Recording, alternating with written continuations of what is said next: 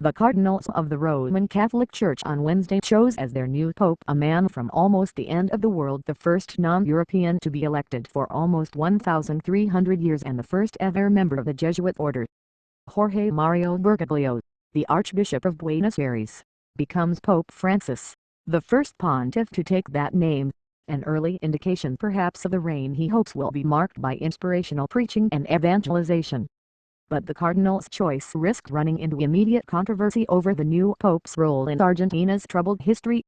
In his book, El Silencio, a prominent Argentinian journalist alleged that he connived in the abduction of 2 Jesuit priests by the military junta in the so-called Dirty War. He denies the accusation. The new pope appeared on the balcony over the entrance to St. Peter's Basilica more than an hour after white smoke poured from the chimney above the Sistine Chapel, signaling that the cardinals had made their choice. Dressed in his new white robes, the bespectacled Argentinian prelate looked pensive and perhaps a little intimidated as he looked out at the sea of jubile on humanity in the square. The former Cardinal Bergoglio was not among the front-runners, but he obtained more votes than any other candidate except former Pope Benedict in the 2005 conclave, and, although his election came as a surprise, he was certainly not a rank outsider.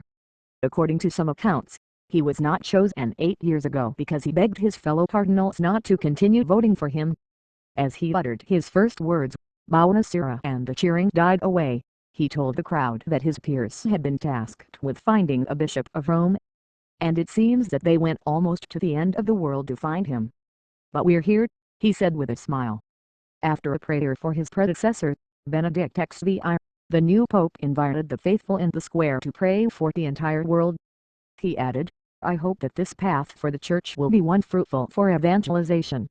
Faced with a sharp choice between those cardinals who wanted a thorough shake-up of the Vatican and those who did not, it appeared the electors in the Sistine Chapel opted for compromise.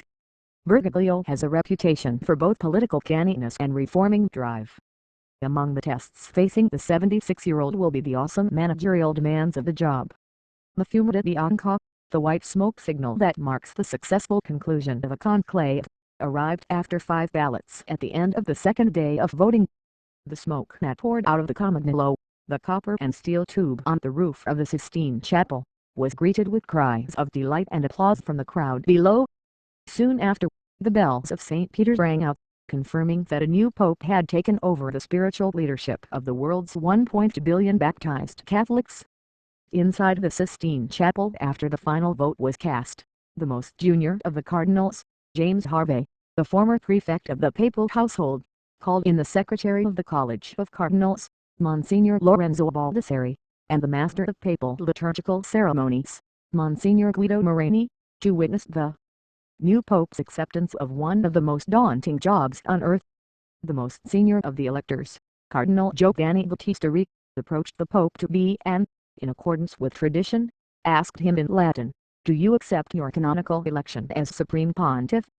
Having obtained his consent, he will have asked, by what name do you wish to be called? The Master of Ceremonies, acting as a notary, will then have summoned 2 of his staff to act as witnesses, and prepared the document that certifies the new pope's acceptance.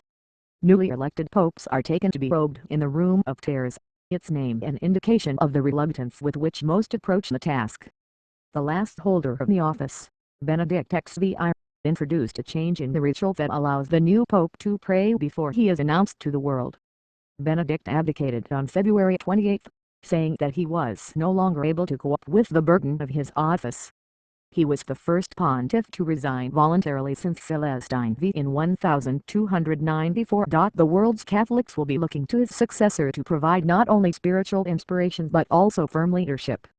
The new pope was chosen against a background of turbulence and strife unprecedented in modern times. He takes on the leadership of a church whose faithful have been shocked by a proliferation of clerical sex abuse scandals throughout the rich world and dismayed by events in and around the Vatican. The day for the 115 cardinal electors began at about 6:30 am local time in the Casa Santa Marta, their simple but comfortable, and highly protected, residence in the walled city-state. After breakfast, they made their way to the Apostolic Palace, the home of the popes, for morning mass in the Pauline Chapel. By about 9:30 am, they had settled themselves into the Sistine Chapel for prayers and the resumption of voting. Benedict's startling decision to resign came after years of mounting tension and discreet but venomous infighting in the Roman Curia, the central administration of the Catholic Church. Last year, some of the Pope's correspondence, pointing to bitter rivalries and maladministration, or worse, in the Vatican was published in book form. Benedict's butler, Paolo Gabriele, was tried and imprisoned for leaking the documents, but the journalist to whom the papers were passed has said that his source was part of a much broader network of disaffected Vatican employees and officials. Gabriele's arrest coincided with a renewed controversy over the Vatican Bank, whose chairman was summarily dismissed last May. The scandals, and a string of controversies over the Pope's own declarations, distracted attention from what was expected to be the central theme of his papacy. Benedict came to the leadership of the Catholic Church as the Pope who would begin the process of re-evangelizing an increasingly secular Western world. That too will be an important challenge for his successor. In the approach to the conclave, several cardinals said they wanted a great pastor for the world's biggest Christian denomination. No indication of how or why the new Pope was chosen was expected to emerge. On Tuesday, before the start of the conclave, the cardinal electors took an oath of secrecy, as had those Vatican employees and officials involved in the election. Additional precautions included the sweep of the Sistine Chapel to ensure that no listening devices had been planted inside and the use of electronic jamming techniques.